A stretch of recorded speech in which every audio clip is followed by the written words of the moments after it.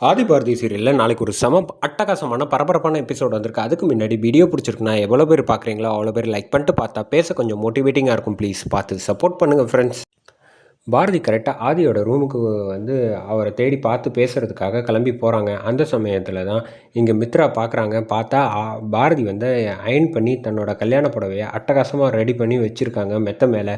சத்தம் இல்லாமல் வராங்க. வந்துட்டு பையிலேருந்து பேகு கவரோடு இருக்கிற இந்த புடவையை எடுத்துகிட்டு இங்கே வேகமாக வந்துடுறாங்க. வந்ததுக்கப்புறமா நிஷா கிட்ட வந்து சொல்கிறாங்க, ஆமாம் எதுக்காக இப்போ அவசர அவசரமாக நீ வந்து அவளோட ரூமுக்கு போய் என்ன எடுத்துகிட்டு வந்திருக்க, இந்த பையில் என்ன இருக்குது அப்படிங்கிறப்ப சொல்கிறேன், வா நிஷா முதல்ல வாசலுக்கு போகலாம் அப்படின்னு சொல்லிட்டு இந்த பக்கம் வாசலுக்கு நிஷா கிட்ட வராங்க. வந்தோடனே இது என்ன விஷயம் அப்படிங்கிறப்ப, இது அவள் ரொம்ப ஆசையாக பத்திரமா 5-6 வருஷமாக வச்சுருந்தால அவளோட வந்து புடவை தான் இது அப்படின்னு சொன்னோன்னே, அப்படியா ஆதியோட ஞாபகத்தமாக இவ வச்சுருக்கா இந்த புடவை வந்து நமக்கு பார்த்து பார்த்து தானே என்கிட்ட வந்து அந்த அளவுக்கு திமிரா வந்து பேசி ஆட்டம் போட்டுக்கிட்டு இருக்கா, விடு இது அவளுக்கு இனிமேல் கிடைக்கவே கிடைக்காது அப்படிங்கிற மாதிரி இந்த பக்கம் அதிரடியாக வந்து சொல்லிடுறாங்க. வீட்டில் உள்ள பழைய வந்து துணி எல்லாத்தையும் எடுத்துகிட்டு வந்து இங்கே அவங்க மித்ரா முன்னாடி தூக்கி போட்டோன்னா நிஷா 2 பேரும் வந்து பேசிகிட்டு இருக்காங்க. சரி நேரம் ஆகுது, அவள் வர்றதுக்குள்ளே நம்ம இதை வந்து அடுத்த கட்டத்துக்கு கொண்டு போகலாம் அப்படிங்கிற மாதிரி இவங்க பேசிகிட்டு இருக்காங்க. அந்த சமயம் ஆதியோட ரூமில் வந்து பார்த்துட்டு அவங்க நினச்சபடியே வந்து எல்லா விஷயத்தையும் பண்ணிவிட்டு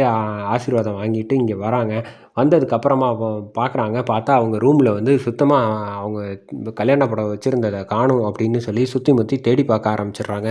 என்ன இது இங்கே தானே வச்சுருந்தோம், நம்ம வேறு வந்து ரொம்ப ஆசையாக வந்து இன்றைக்கி நினச்சி பண்ணியிருந்தோம், இன்றைக்கின்னு பார்த்து இப்படி காலியாகிருக்கோம் அப்படின்னு சொல்லி பார்க்குறப்ப வாசலில் வந்து மொட்டை மாடியிலேருந்து வந்து பார்க்குறாங்க. பார்த்தா இந்த மித்ராவும் சரி நிஷாவும் சரி 2 பேரும் கீழே வந்து அவங்க புடவையை கையில் வச்சுருக்கதை வந்து மாடியிலேருந்து பார்த்துட்றாங்கன்னு, அடை பாவி நீ தான் இதை பண்ணி வச்சுருக்கியா அப்படின்னு சொல்லிட்டு மாடியிலேருந்து வேகமாக வராங்க. வந்ததுக்கப்புறமா தான் தெரியும் இங்கே வந்து அவங்க மித்ரா வந்து டக்குன்னு தூக்கி போட்டுடுறாங்க. வர்றதை பார்த்தோன்னே வந்து அவசர அவசரமாக தண்ணி எடுத்துகிட்டு வந்து தெளித்து பார்த்துட்டு அப்படியே வந்து டக்குன்னு வந்து அவங்க ஆசையாக வந்து இத்தனை வருஷம் பாதுகாப்பாக வச்சுருந்த புடவையை வந்து பார்க்குறாங்க. பார்த்துட்டு அதோட நிலமை வந்து லேசாக வந்து இப்படி கருகி இருக்கிறத பார்த்தோன்னே வந்து என்ன காரியம் பண்ணி வச்சுருக்கேன் உன்னை நான் வந்து சும்மாவே விட மாட்டேன் அப்படின்னு சொல்லிட்டு பயங்கரமாக வந்து பாரதி சண்டை போட ஆரம்பிச்சிடுறாங்க. அந்த சமயம் தான் ஆதி வந்து தூங்கிட்டு இருந்தப்போ டக்குன்னு எந்திரிக்கிறாங்க. எந்திரிச்சு பார்த்துட்டு என்ன வாசலில் சண்டை சச்சரவாக இருக்கே, சரி நம்ம கீழே போய் பார்க்கலாம் அப்படின்னு சொல்லிட்டு வராங்க. வர்றப்ப தான் வந்து இங்கே 2 பேர் பாட்டியும் வந்துடுறாங்கன்னே சொல்லிடலாம். வந்ததுக்கப்புறமா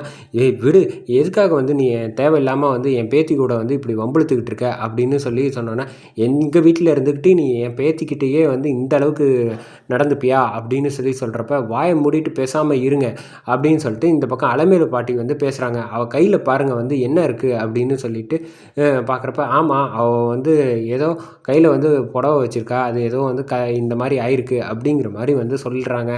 அது யாரோடது தெரியுமா, உங்கள் பேத்திக்கு வந்து ஏதாவது ஒரு விஷயம் வந்து பழசெல்லாம் வந்து தூக்கி போட்டு கொண்டாடணும் இல்லை யாருக்காவது கொடுக்கணுன்னா வந்து அவளோட பொருளை மட்டும்தான் எடுக்கணுமே தவிர அடுத்தவங்க பத்திரமா வச்சுருக்கத அதுவும் அயன் பண்ணி வச்சுருக்க புடவையை வந்து தூக்கிட்டு வந்து இந்த மாதிரி செஞ்சால் அவள் வந்து இப்படி தான் செய்வா, என் பேத்தி பாரதி செஞ்சதில் எந்த ஒரு விஷயமும் தப்பு கிடையாதுன்னு அலமேலு பாட்டி நிஷா வந்து பேச ஆரம்பிக்கிறாங்க. ஏங்க அப்படியே இருந்தாலும் அதுக்காக வந்து நீங்கள் வந்து இஷ்டத்துக்கு கை வைப்பீங்களா, என்ன நினச்சிக்கிட்டு இருக்கீங்க, இந்த வீட்டில் வந்து நீங்கள் எங்ககிட்ட வேலை பார்க்குறவங்க, அப்படி இருந்தும் நீங்கள் இப்படிலாம் வந்து செஞ்சுக்கிட்டு இருக்கீங்கன்னா என்ன அர்த்தம், சுதாகர் வந்து நீ அளவுக்கு மீறி போயிட்டுருக்க அப்படிங்கிறப்ப யார் அளவுக்கு மீறி போயிட்டுருக்காங்க ஒன்று தெரிஞ்சுக்கங்க, அவளோட கல்யாண நாள் அதுவுமா அவள் கோயிலுக்கு போகணுங்கிறதுக்காக பல வருஷங்களாக வந்து பாதுகாத்து வச்சுருந்ததை தூக்கி நீங்கள் குப்பை தொட்டியில் போடுற மாதிரி இந்த மாதிரி பண்ணி வச்சுருப்பீங்க. அப்படி இருக்கிற சூழ்நிலையில் காசு கொடுத்தா என்ன வேணாலும் இருக்குங்கிறதுக்காக இப்படிலாம் நீங்கள் வந்து செய்வீங்களா,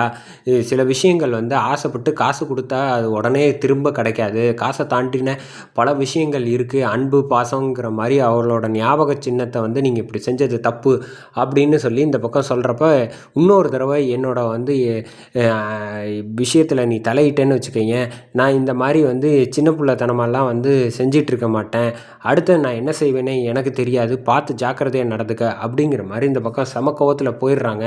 இந்த பக்கம் சுதாகர் வந்து ஆதிக்கிட்ட வந்து சொல்கிறாங்க, ஆதி இதுக்கப்புறமும் என்னால் வந்து பொறுத்துக்கிட்டு இருக்க முடியாது, எல்லாத்துக்கும் காரணம் நீ தான் என் தங்கச்சியை வந்து இப்படி அசிங்கப்பட்டு நிற்கிறதுக்கெல்லாம் அப்படிங்கிறப்ப, நீங்கள் உங்கள் தங்கச்சியை முதல்ல வந்து புரிய வைங்க எது சரி எது தப்புன்னு. இஷ்டத்துக்கு வந்து பணம் இருக்குங்கிறதுக்காக அடுத்தவங்க பொருளெல்லாம் வந்து எடுத்து இந்த மாதிரி செஞ்சால் அவங்களுக்கு கோபம் வரத்தான் செய்யும் அப்படின்னு சொல்லிட்டு அகிலாண்டேஸ்வரி சொல்கிறப்ப, மித்ரா நீ வந்து செஞ்சது வந்து ரொம்ப பெரிய தப்பு. நியாயப்படி நீ வந்து பாரதி கிட்ட வந்து நீ மன்னிப்பு தான் கேட்கணும் அப்படின்னு சொல்றப்ப, அது சரியா போச்சு. நீங்களும் சேர்ந்து அவளுக்கு கூட வந்து இப்ப சேர்ந்துக்கிட்டீங்களா? அப்படிங்கிறப்ப, யார் சொன்னா? நான் அவ பக்கம் இருக்கேன் அப்படின்னு சொல்லிட்டு, நான் நியாயத்தின் பக்கம் இருக்கேன். ஒண்ணு தெரிஞ்சுக்க, அவ அ ய 2 குழந்தைங்களோட தனியா வந்து இப்படி கஷ்டப்பட்டு போராடி வளர்த்துக்கிட்டு இருக்கா ஒரு வேலை செஞ்சு. அப்படிப்பட்ட தன்மானம் உள்ளவ போய் நீ வந்து தேவையில்லாம இப்படி அவ ஞாபக சின்னத்த வந்து இப்படி நீ வந்து செஞ்சது தப்பு. உனக்கு நிஷாவையும் சரி, மித்ராவையும் சரி 2 பேரையும் அழைச்சிட்டு வந்துட்டு சுதாகர் கன்னா பின்னான்னு சத்தம் போடுறாங்க. என்ன காரியம் பண்ணி வச்சுக்கிட்டு இருக்கீங்க? நம்ப எவ்வளோ பெரிய லட்சியம் வந்து ஆதியோட சொத்து எல்லாத்தையும் அடையணும். அது பவானிக்கு தெரியாம நம்ப செய்யணும்னு நம்ப பெரிய விஷயங்கள்லாம் நெனச்சுக்கிட்டு இருக்கப்ப, நீ அவளோட புடவைய வந்து எடுத்து விளையாண்டுக்கிட்டு இருக்க. அப்ப அவ என்ன நெனைப்பா? இதுவரைக்கும் நம்ம யாரு என்னன்னு தெரியாது. அப்படி இருக்கிறப்ப அவ வந்து அமைதியா இருந்தா. இனி அமைதியா இருக்க மாட்டா. அதனால நீ தான் வந்து புத்திசாலித்தனமா நடந்துக்கணும். அப்படிங்கிற மாரி இங்க சொல்லிட்டு போறாங்க. போனதுக்கப்புறம் இவங்க எல்லாம் பேசி கூடி கூடி பேசிட்டு இருக்கிறத பார்த்தோன்னே, ராஜேஸ்வரி பாட்டி என்னமோ விஷயம் பாரதிக்கும், ஆதிக்கும் மித்ராக்குள்ள இருக்கு. அது என்னன்னு தெரியணும்.